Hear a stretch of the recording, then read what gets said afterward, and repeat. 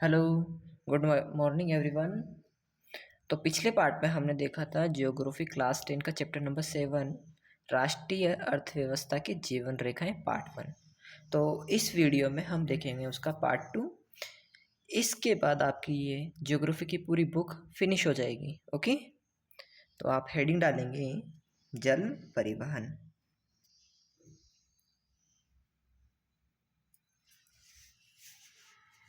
सभी हेडिंग डालेंगे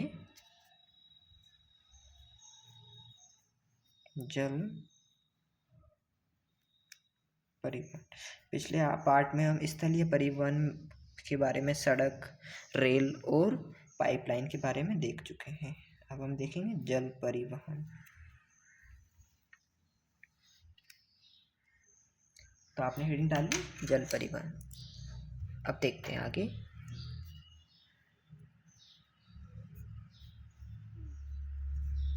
तो जल परिवहन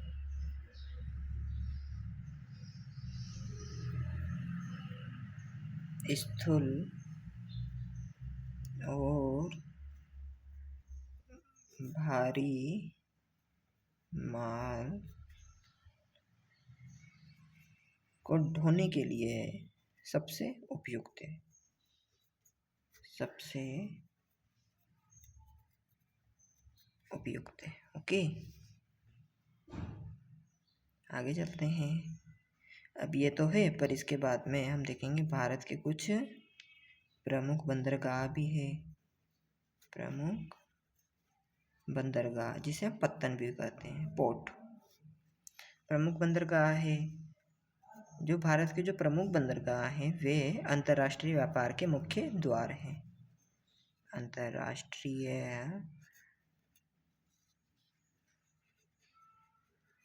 व्यापार के मुख्य द्वार हैं। और जब हम देखते हैं अंतःस्थलीय जलमार्ग, अंतःस्थलीय मतलब हमारे देश के सीमा के अंदर अंतःस्थलीय जलमार्ग है, वो कितना लंबा है? लगभग 14,500 किलोमीटर। 14,500 किलोमीटर लंबा है। ओके, अब कुछ जल मार्ग है जिन्हें हमारी सरकार ने राष्ट्रीय जल मार्ग की संज्ञा दी है। राष्ट्रीय जल मार्ग, तो वो कौन कौन से हम ये देखेंगे। तो राष्ट्रीय जल मार्ग कौन कौन से हैं आप लिखते हुए चलेंगे साथ में। राष्ट्रीय जल मार्ग में सबसे पहला आता है हल्दिया। हल्दिया किसी जगह का नाम है। हल्दिया से इलाहाबाद तक, इलाहाबाद के मध्य जो नदी बहती वह है गंगा। तो गंगा, इसे बोलते हैं गंगा जल मार्ग। ये कितना लंबा है? ये लगभग 1620 किलोमीटर लंबा है। ओके, ये पहला हो गया। दूसरा देखेंगे सदिया से धुबरी तक, असम में धुबरी तक। सदिया से धुबरी तक जो जलमार्ग है वह है लगभग 891 किलोमीटर लंबा। ओके, और इसका क्या नाम है? इसका नाम है ब्रह्मपुत्र नदी जलमार्ग। ओके, अब हम आगे चलते हैं। तीसरा है केरल में पश्चिमी तट पर, पश्चिमी तट, तटीय नहर। केरल में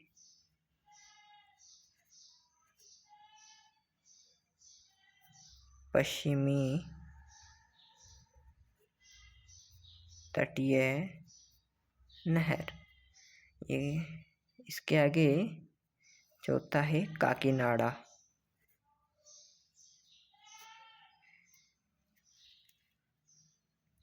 काकीनाडा और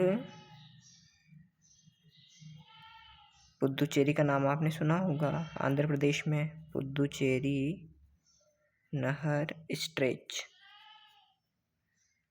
इसमें कौन सी नदी है? इसमें है गोदावरी नदी। गोदावरी और कृष्णा नदी। और सबसे लास्ट में आप देखेंगे 5वां है मातई नदी महानदी डेल्टा चैनल में, और ब्राह्मणी नदी और पूर्वी तटीय नहर के साथ ब्राह्मणी नदी का विस्तार। यहाँ तक हमारा जल परिवहन समाप्त होता है। इसके बाद हम देखेंगे भारत के कुछ प्रमुख पतन। आप यहाँ तक लिख लेंगे आराम से।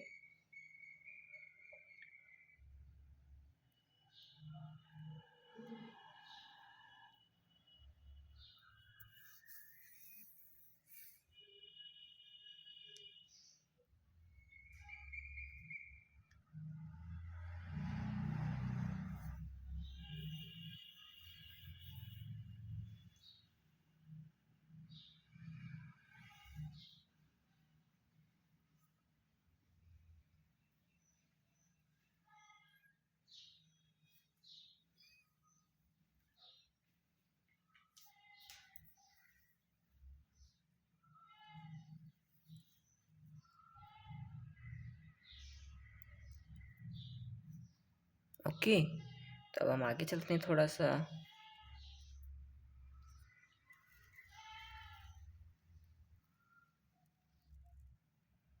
अब आप दोबारा से छोटी सी हेडिंग डालेंगे, इसी के बगल में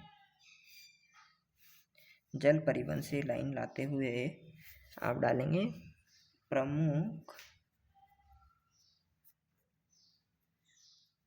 समुद्री पतन। ओके, तो देखिए इसमें आता है कच्छ में कौन सा है, कच्छ में कांडला पोर्ट है हमारा। आज़ादी के समय आप देखेंगे जो कराची पोर्ट था वो पाकिस्तान के पास चला गया, तो उसी व्यापार को संतुलित करने के लिए हमने कच्छ में कांडला पोर्ट बनाया। कांडला को हम वर्तमान में दीनदयाल पतन के नाम से भी जानते हैं। ओके, ये एक ज्वारीय पत्थर है। ज्वारीय मतलब समुद्र की लहरों के साथ इसमें पानी ऊपर नीचे होता रहता है, ज्वारीय पतन है। अगला है मुंबई में भी एक पोर्ट है हमारे पास, मुंबई में Jawaharlal Nehru port, JLNP, Jawaharlal Nehru port. Okay, आगे कर्नाटक में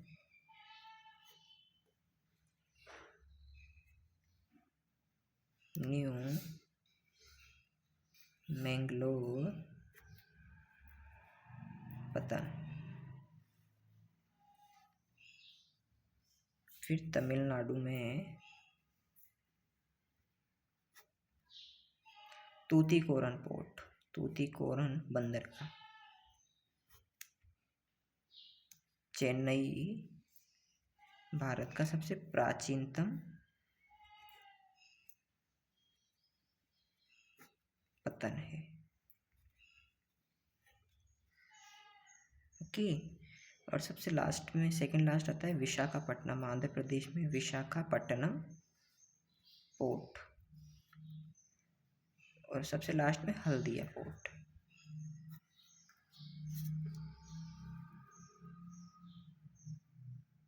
लिख लेंगे आप आराम से।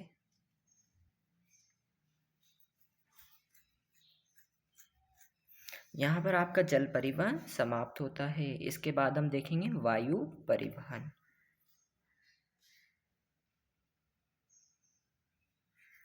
जब हमारी पूरी बुक फिनिश हो जाएगी उसके बाद हम करेंगे इनकी क्वेश्चन आंसर। हम रिवीजन करते हुए चलेंगे और इनके क्वेश्चन आंसर भी करते हुए चलेंगे।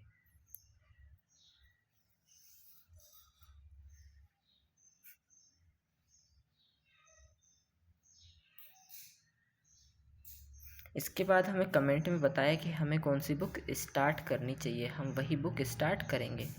कमेंट में आप मुझे बता सकते हैं।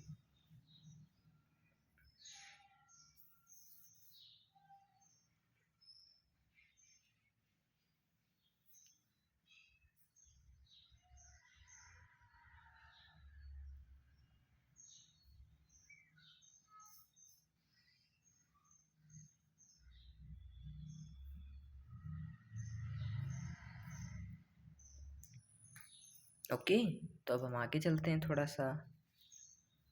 तो अब आप हेडिंग डालेंगे वायु परिवहन।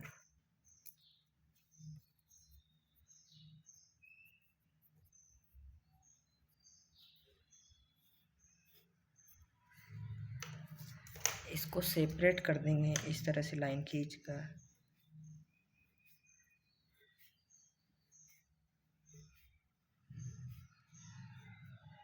ओके, अब हम देखेंगे वायु परिवहन। तो वायु परिवहन के बारे में आप जानते हैं कि ये तीव्रतम मतलब तेजी से चलने वाला, आरामदायक लेकिन महंगा साधन है, क्योंकि एयरपोर्ट पर जाने और उसका फ्लाइट का टिकट लेने में बहुत पैसे लगते हैं। तो कैसे साधन है ये?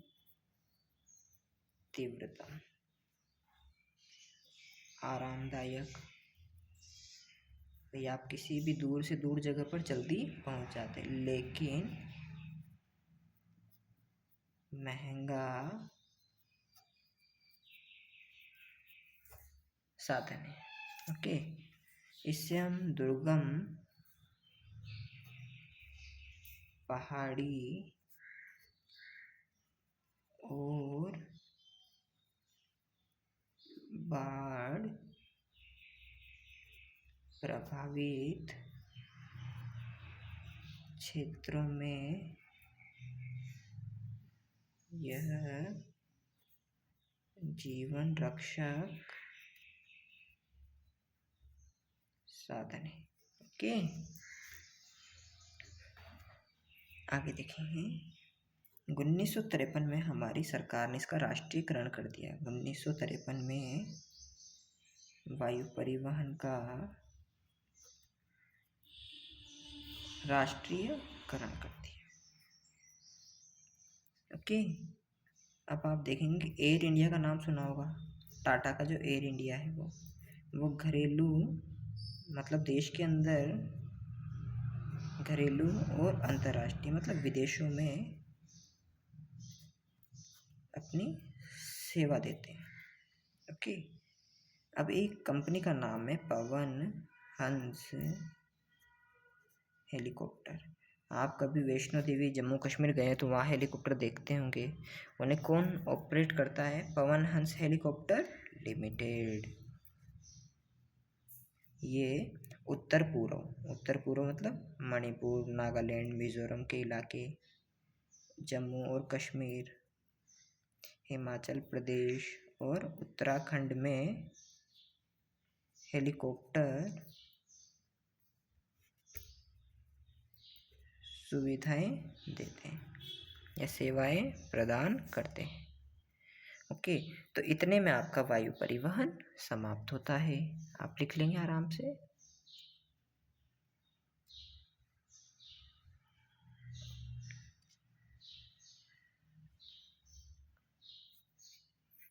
अगले 5 मिनट में आपका ये चैप्टर फिनिश हो जाएगा।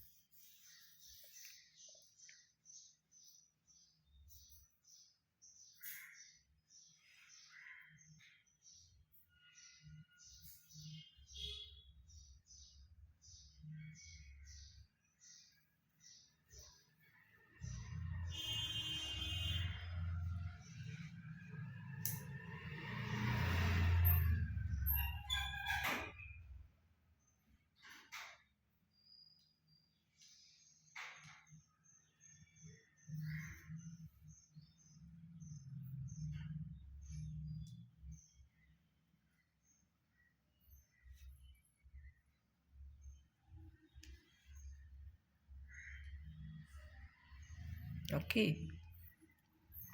थोड़ा सा नीचे चलते हैं और अब आप हेडिंग डालेंगे संचार सेवाएं।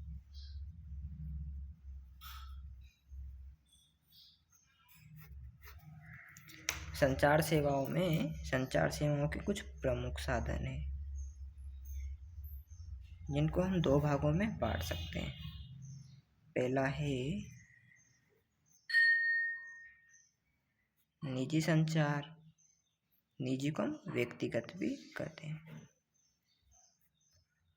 और दूसरा है जन संचार जो पब्लिकली होता है। निजी संचार में हम पत्र हो गया, टेलीफोन हो गया और इंटरनेट को देखते हैं, जबकि जन संचार में आपका आता है रेडियो आता है, टेलीविज़न आता है, समाचार पत्र आता है, प्रेस आता है और सिनेमा इत्यादि।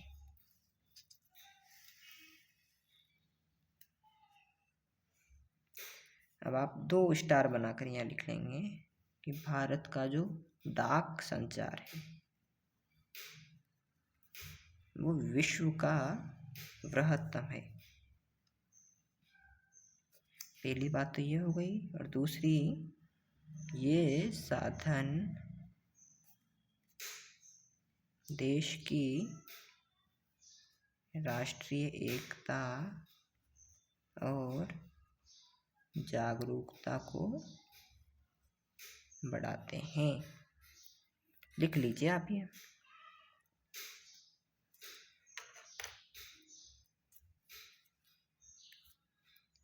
जैसे ही आप ये लिखें तो आप इधर जो जगह बची वहाँ पर हेडिंग डालेंगे अंतर्राष्ट्रीय व्यापार। भाई हम विदेशों से व्यापार भी तो करते हैं, तो इसमें आप देखेंगे कि राज्य और देशों के बीच जो वस्तुओं का आदान प्रदान होता है उसे ही हम क्या कहते हैं, अंतर्राष्ट्रीय व्यापार कहते हैं। जब, अब एक स्टार बात लिखा के लिखेंगे आप, जब आयात की तुलना में, मतलब हमने विदेशों से मंगाया तो कम, इसका मतलब कम, और निर्यात ज़्यादा करते हैं तो ये अनुकूल व्यापार संतुलन कहलाता है। अनुकूल कैसे? भैया आपने विदेशों से मंगाई तो कम, आपने यहाँ से पैसा बाहर कम भेजा, और निर्यात ज़्यादा किया, मतलब यहाँ से वस्तुओं को बाहर ज़्यादा भेजा तो आपके पास विदेशी मुद्रा आएगी। विदेशी मुद्रा आएगी तो आपके पास पैसे ज़्यादा होंगे, और पैसे ज़्यादा होंगे तो आप समृद्ध बनेंगे।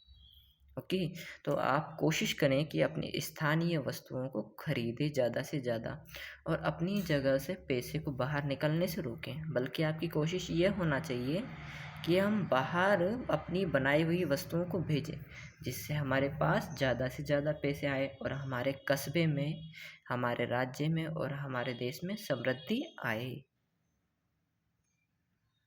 ओके, थोड़ा सा आगे बढ़ते हैं हम।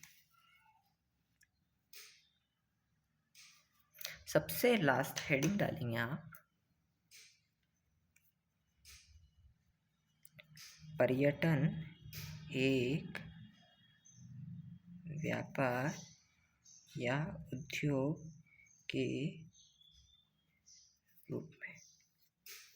भाई पर्यटन भी एक व्यापार है। किस तरह? विदेशी घूमने आते हैं, वो हमारे ऊपर पैसे, हमारी सेवाओं पर पैसे खर्च करते हैं तो हमें विदेशी मुद्रा मिलती है। तो कैसे है? पर्यटन राष्ट्रीय एकता को बढ़ाते हैं। दूसरा, इससे हमें विदेशी मुद्रा की प्राप्ति भी होती है। अगला, लाखों लोगों को रोजगार भी प्रदान करता है। और सबसे लास्ट में सांस्कृतिक आदान प्रदान बढ़ता है। तो ये होता है हमारा यहाँ पर चैप्टर फिनिश। देखो, पर्यटन एक व्यापार के रूप में कैसे है कि भाई हमारा अलग लोगों से मेल जोल बढ़ता है, बातचीत होती है, तो राष्ट्रीय एकता बढ़ती है। अगर विदेश से लोग आते हैं घूमने तो हमें विदेशी मुद्रा मिलती है। अब आप जानते हैं कि लगभग $1 95 के आसपास है। तो अगर आपको $1 भी मिला तो आपको इंडिया का कितना रुपये मिला? 95 रुपये। और ये लोगों को रोज़गार भी देते हैं। जैसे आप कभी कभी जयपुर में जाएंगे हवा महल पे, आमेर फोर्ट पर, तो आपको टूरिस्ट गाइड मिलेंगे। वहाँ पर बहुत सारी दुकानें लगी हुई होती है, तो विदेशी उनसे ख़रीदारी करते हैं, तो उनको रोज़गार भी मिलता है। और जब हम विदेशी लोगों के टच में आते हैं, उनके संपर्क में आते हैं, तो हम अंग्रेजी भाषा को जान पाते हैं, उनके रहन सहन खान पान को जान पाते हैं। तो इससे सांस्कृतिक आदान प्रदान भी बढ़ता है। ओके, तो आज यहाँ पर आपकी कक्षा 10 की भूगोल समाप्त होती है। अब आप मुझे कमेंट बॉक्स में कमेंट करके बताएंगे कि हमें अगली बुक कौन से स्टार्ट करनी चाहिए। ओके, वीडियो को लाइक करना ना भूलें और अपने दोस्तों को शेयर ज़रूर करें। Thank you.